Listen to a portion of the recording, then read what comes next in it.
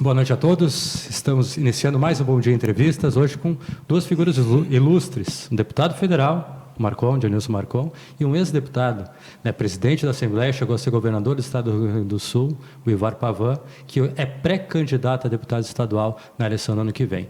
Boa noite, senhores, é um prazer recebê-los aqui.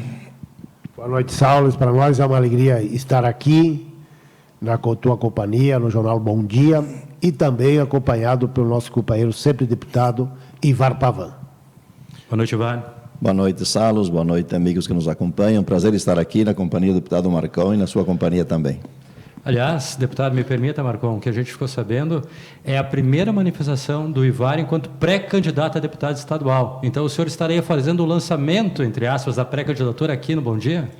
Com certeza, Salos. Até agora eu fiz muitas conversas com a nossa militância, com a direção dos partidos, na nossa região e em outras regiões, mas é a primeira entrevista pública que eu falo como pré-candidato aqui na região. Obrigado pela preferência, pelo privilégio de estar aqui. O prazer é nosso.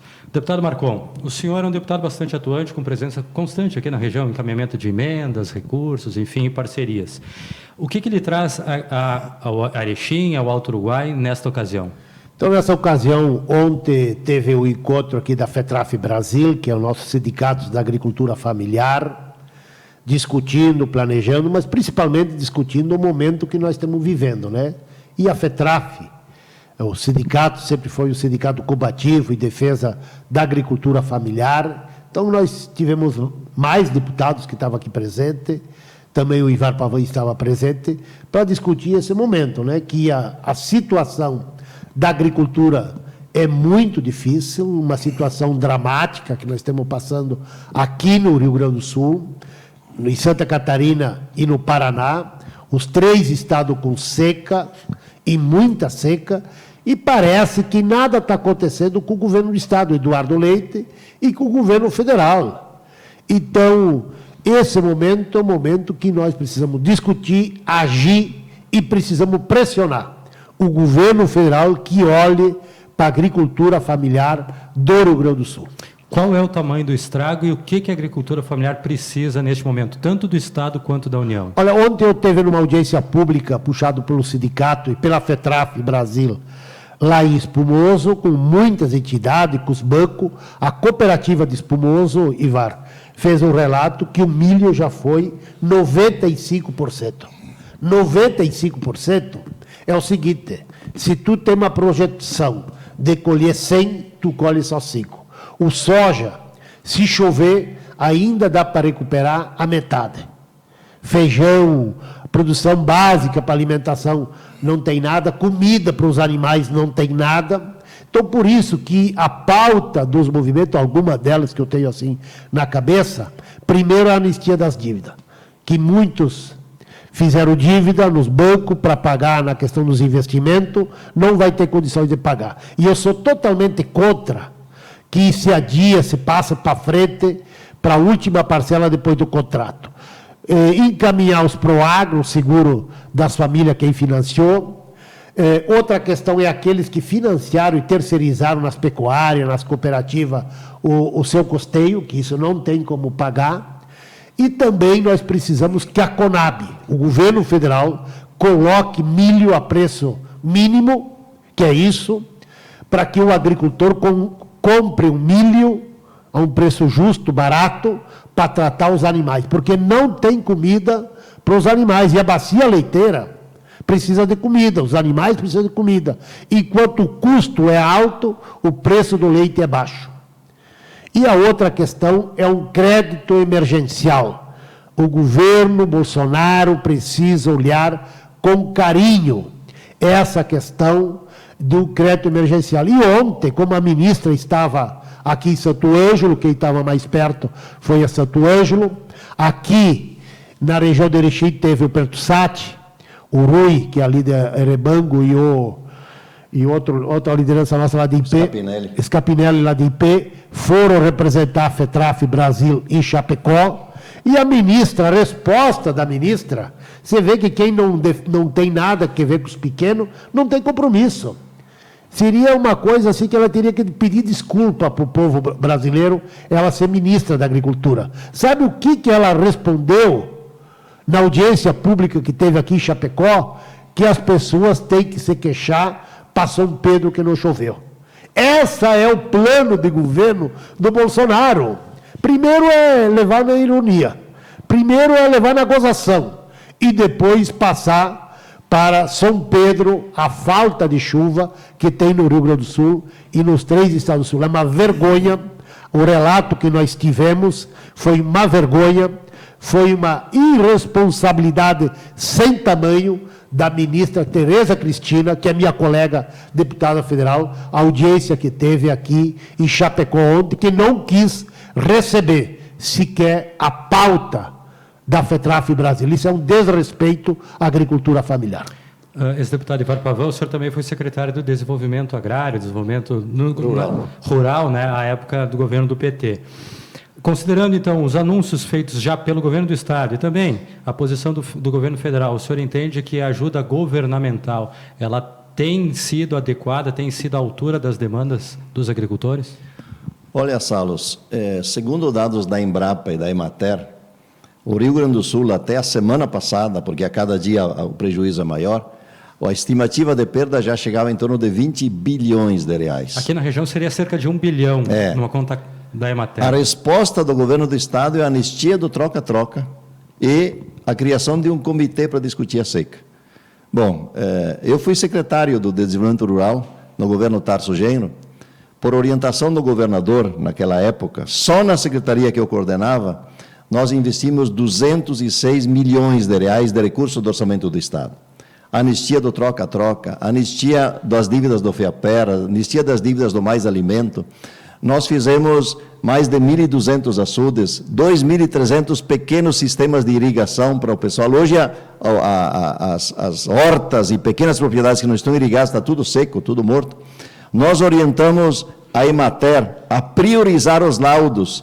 A Emater, naquele período curto da estiagem de 2012, produziu 78 mil laudos técnicos para os agricultores buscarem o seguro, rendeu mais de 1 bilhão de reais de seguro por esta orientação. Nós compramos 4 comboios de máquinas perfuratrizes para perfurar poços artesianos, fizemos 480 poços artesianos, porque naquela época também já estava faltando água na propriedade, o que está acontecendo hoje. E é um problema que vai ser cada vez mais recorrente. A estiagem não é de um ano só, ela é sequencial e se arrasta um bom tempo e vai continuar. Exatamente, então as pessoas têm que começar a se reeducar para esta nova realidade que ela veio para ficar. Não quer dizer que vai continuar a seca o ano que vem, mas a escassez de chuva, ela tem um histórico de diminuição das chuvas nas últimas 2 décadas, pelo menos. Sim. Houve uma diminuição das chuvas. Então, tem que começar a armazenar água na época do inverno, através das cisternas, dos açudes, das formas que conseguirem fazê-lo, para ter água no período da estiagem. E isto precisa de política pública. Nem os grandes grupos econômicos sobrevivem sem uma política de governo. Imagina os pequenos. Então, os pequenos, mais do que nunca, precisam de uma grande política pública. E eu sou defensor que precisamos, com urgência, uma grande política pública para a produção de alimentos nesse país. E isto, sem o governo, não tem como o agricultor. O agricultor está plantando soja por quê? Porque a soja não precisa do governo. Agora, produzir feijão, produzir esses produtos, a abóbora, produzir as frutas, que são cadeias que não estão estruturadas, elas só vão se estruturar a partir de uma política pública.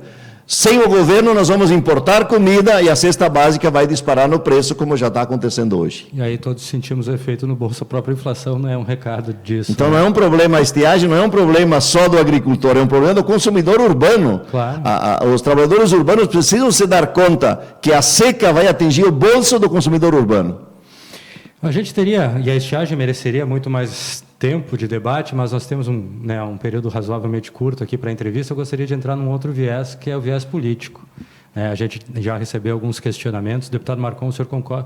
Deputado Ivar é deputado estadual, concorre a deputado estadual. E o senhor vai à federal de novo? Vou à federal, sou pré-candidato a deputado federal. Aqui é uma junta de 2, né? Para defender a agricultura familiar, defender o trabalho, o emprego, defender a saúde pública, a educação. Então, por isso que nosso nome está à disposição do partido novamente para concorrer à Câmara Federal. E o PT é dividido em correntes, acho que vocês chamam, né? O senhor, a gente tem a informação de que tu tens pelo menos 70%, 80% da tua corrente te apoiando em nível estadual. Isso permite que o senhor chegue nos cerca de 30 mil votos que o PT imagina necessário para eleger um deputado? Sim, nós estamos trabalhando para isso, até porque a nossa região aqui, todas as vezes que o PT da região se unificou em torno de um nome de candidato, sempre elegeu. E desta vez nós conseguimos, no debate político puxado pela direção do partido, construir uma unidade em torno de um único nome. E o meu nome foi indicado também por essa possibilidade de fazer votos para além da região.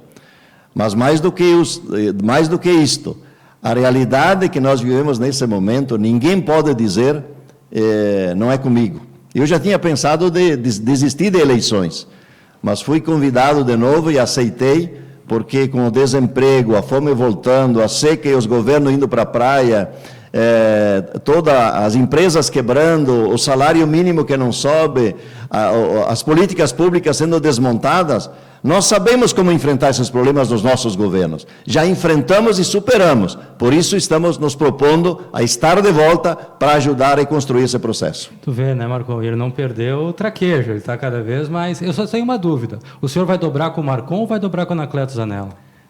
Vou fazer a dobrada, se o Anacleto Zanella for candidato ou o Alderido Prado for candidato, fazer a dobrada com eles, prioritária na região, mas vou fazer a dobrada com o deputado Marcão, com a deputada Rosário, com o deputado Bongás, com o deputado Pimenta aqui na região, porque todos eles têm relações construídas aqui, vão fazer os seus votos e eu não vou desprezar nenhum voto aqui da região, porque estou buscando a minha eleição. Certo. Em termos de governo do Estado, a gente, claro, a decisão, me parece que do governo do Estado, o candidato do governo do Estado, esse grupo de esquerda, vai passar por uma decisão que vem nacional. Eu não digo que é de cima para baixo, mas acho que esses fatores deverão ser considerados. E aí eu digo, se houver a consolidação da federação com PT, PSB, PCdoB e outros partidos, quem é o candidato a governo do Estado nessa federação? Nessa nossa federação é o companheiro Edgar. Inclusive, a pesquisa que teve semana retrasada, que é uma pesquisa feita, não foi por nós, mostra que o Edgar Preto, pré-candidato ao governo do Estado, está na frente de todos os outros candidatos. Candidato jovem, firme, preocupado com o Rio Grande do Sul, preocupado com a geração de emprego, com a valorização da micro e pequena empresa, da agricultura familiar, com a valorização dos trabalhadores. Porque quando você fala em valorização dos trabalhadores, é valorizar o trabalhador que tem um salário digno, né? Porque o trabalhador que está numa fábrica, muitas vezes ele está lá trabalhando e pensando como é que vai comprar o gás, como é que vai comprar comida, como é que vai pagar a conta da luz. Então, o companheiro Edgar Preto e o companheiro Lula têm essa preocupação. E o Lula, que nós já fizemos, nossa bancada federal, 3 reuniões em um ano. E o Lula está bem de saúde, está bem fisicamente, e melhor de tudo isso é a proposta do Lula. Ele sempre tem dito para nós, temos que investir na micro e pequena empresa, na agricultura familiar, resgatar, e aqui quem está assistindo o jornal Bom Dia, resgatar todos os programas. Erechim tem a Universidade Federal, porque teve o Lula e a Dilma como presidente. Nós temos que fortalecer a universidade aqui, nós temos que fortalecer aqui a Escola Técnica Federal, precisamos voltar a investir em moradia popular. Se diga de passagem, além de atender as pessoas que não têm casa, é gerar emprego. A construção civil é um ramo que gera emprego. E a outra, nós temos que valorizar nossa moeda. Nossa moeda está desvalorizada. Nós vamos pegar o dólar, o jeito que está, não adianta aumentar o salário mínimo, que nós temos que aumentar, se não valorizar nossa moeda, baixar o dólar e também dar um chega para lá, os preços altos que tem. Tu pega, um exemplo, voltemos na agricultura, o soja no mês de julho estava R$ 170, o mesmo preço de hoje. O adubo lá em julho estava 160 e agora está 300. Por quê? Quem bota preço aqui são as grandes empresas multinacionais. E o senhor acredita que o Lula conseguiria mudar isso? Temos que fazer isso, porque o Brasil não tem comando. Não tem comando. E o exemplo foi no final do ano. O tal de Jair Messias, o Messias estava aqui em Santa Catarina, andando na praia, enquanto o povo lá na Bahia morrendo, Mas se tem alguém que tem um pouco de miolo dentro na cabeça, sai da praia e vai lá ver seu povo brasileiro. Agora está lá na Bahia, em Minas Gerais, está lá no Pará, as enchentes, está aqui no Rio Grande do Sul. Vocês viram o poder público federal em algum lugar? Então o Lula tem poder, já foi feito. Quando o Lula assumiu, a moeda brasileira estava desvalorizada. E o Lula, com a política econômica, conseguiu chegar perto daquilo que era real. Valorizemos o salário mínimo, criemos emprego e também valorizemos a nossa moeda brasileira. É isso que o Brasil precisa ter. O problema é, como disse um economista, uns 90 dias atrás, Ivar, eu participei num debate, e esse economista disse o seguinte, ele usou a frase do ex-ministro do Meio Ambiente, aquela reunião de 2020, que ele disse, olha, enquanto todo mundo está falando de pandemia, vamos criar nossas leis contra o meio ambiente, porque onde passa um boi, passa uma boiada. O que os empresários dizem? Já que dá para passar um boi, vamos passar a boiada. E o descontrole total no Brasil é por falta de comando. O Brasil elegeu um mito que se escondeu atrás de uma facada para não vir para os debates e deu no que deu nesse país. Ninguém aguenta o preço do combustível. Aumentou de novo essa semana. Um botijão de gás é 10% do salário mínimo.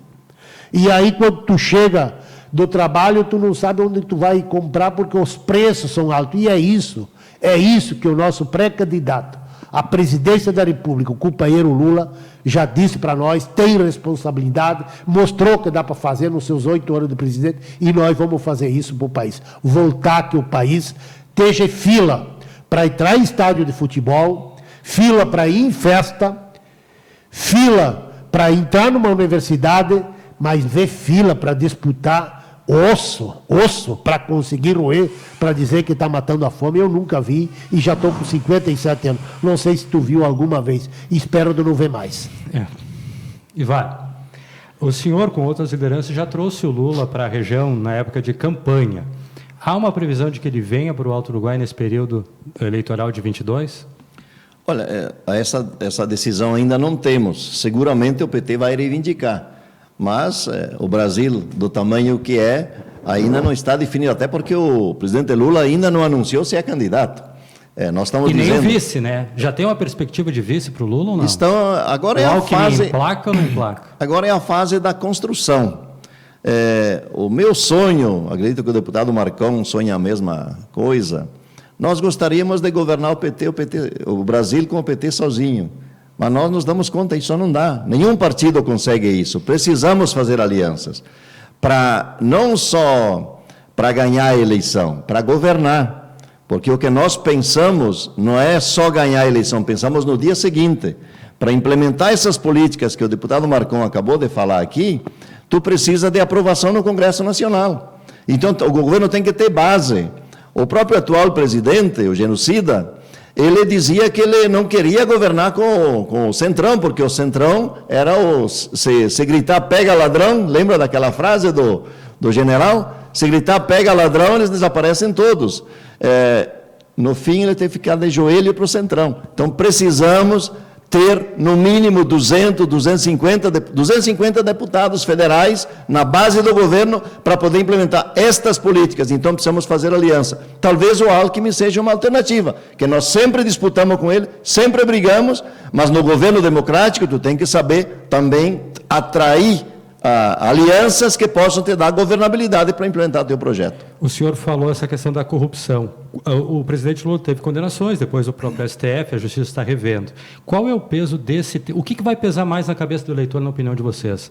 O tema corrupção ou o tema fome?